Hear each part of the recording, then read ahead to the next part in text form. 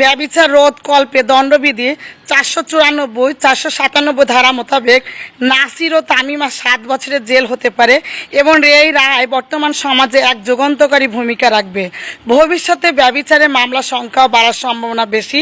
এর ফলে লুকিয়ে বিয়ে করে তথ্য গোপন করা, তালাক না দিয়ে আবার বিয়ে করা, পূর্বের বিয়ে গোপন করা, পরকীয়া কমে আসবে। আইন নারী পুরুষ উভয়ের জন্য সমানভাবে প্রযোজ্য।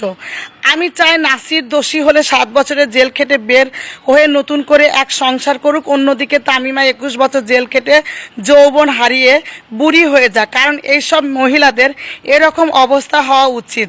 তামিমা নাসিরের মতো বহু ছেলে লাইফে এমন হয়েছে, টাকার জন্য বিচার চাইতে পারছে না, মামলা করতে পারছে না, বাংলাদেশের আদালত টাকার কাছে হেরে যায়। মৃত্যুদণ্ড দিয়েছে, কিন্তু দেখা যায় সে বাড়িতে এমনও হয়েছে যে মৃত্যুদণ্ড দিয়েছে কিন্তু বাড়িতে ঘুমাচ্ছে।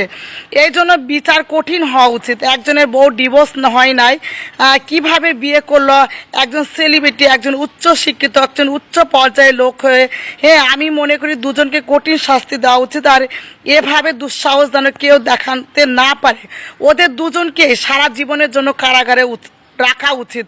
তাহলে হয়তো আর এই আনন্দ ফুর্তি বা বাজে মুহূর্ত এইভাবে তৈরি করে সংসার ভাঙতে পারবে না, বা এই সংসার ভাঙার কারণে তার যে একটা জন্মের মেয়ে আছে সেই মেয়েটাও যে মানসিকভাবে ডিপ্রেশন বা মানসিকভাবে বিভিন্ন হ্যারাসমেন্ট হয়ে যে সমাজের কাছে, এই ধরনের কোনো সন্তানও যেন তার মা বাবার দ্বারা এভাবে হ্যারাস হতে না হয়।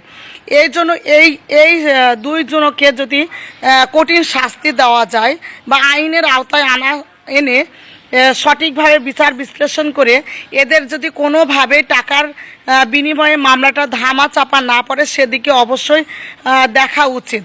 এবং ওদের যদি শাস্তি হয় তাহলে দৃষ্টান্তমূলকভাবে এই সমাজে আইন প্রতিষ্ঠিত হবে এবং বাকিরা ওদের দেখে শিখবে, সতর্ক থাকবে।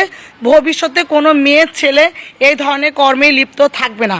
আর বর্তমান মেয়েরা এখন যেভাবে ঘরে বাচ্চা হাজব্যান্ড রেখে যেভাবে পরকীয়ায় শুরু করেছে, যেভাবে ফষ্টি নষ্টি শুরু করেছে, আসলে বর্তমানে এখনই সময়ের দাবি পুরুষ নির্যাতন এবং পুরুষদের জন্য একটা আইন অবশ্যই তৈরি হওয়া উচিত। কারণ এখন নারীরা আগের যুগের মতো অবলা নেই। অবলা শব্দটা উঠে গেছে যুগের সাথে সাথে। যেহেতু অবলা শব্দটা যুগের সাথে সাথে উঠে গেছে এবং এখন বিভিন্ন জায়গায় বিভিন্নভাবে পুরুষরাও হেনস্থার শিকার হচ্ছে, পুরুষরাও বিভিন্নভাবে ক্ষতিগ্রস্ত হচ্ছে, পুরুষরাও সম্মানের ভয়ে, মান মর্যাদার ভয়ে নিস্তুপ নীরবে মহিলাদের মতো অনেকেই আছে সংসার করছে।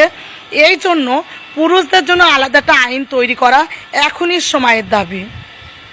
তো যারা এই ধরনের কাজে লিপ্ত আছে তাদের বলবো এখনই সতর্ক হয়ে যান। কারণ আসলে এভাবে যদি চলতে থাকে দেখা যাবে সামাজিক, অর্থনৈতিক এবং আপনাদের বাচ্চা বা পরিবেশ বিভিন্নভাবে বিশৃঙ্খলা সৃষ্টি হবে এবং আপনার এই কার্যকলাপ, এই নেগেটিভ কার্যকলাপগুলো, আপনার চরিত্রের এই যে বিষয়গুলো, এটা শুধু আপনার নিজের একার গণ্ডিতেই থাকবেন, এটা আপনার পরিবারের এবং আপনার সমাজের যে সমাজ অঙ্গনগুলা সেখানেও সম্মানহানি হবে এবং আপনি সমাজের একজন নিকৃষ্ট শ্রেণীর লোক হিসাবে প্রতিষ্ঠিত হবেন। তাই সতর্ক থাকুন এবং বিয়ে করার আগে অবশ্যই সেই ছেলে বা ওই মেয়ের সম্পর্কে সঠিকভাবে যাচাই বাছাই করেই বিয়েটা করুন।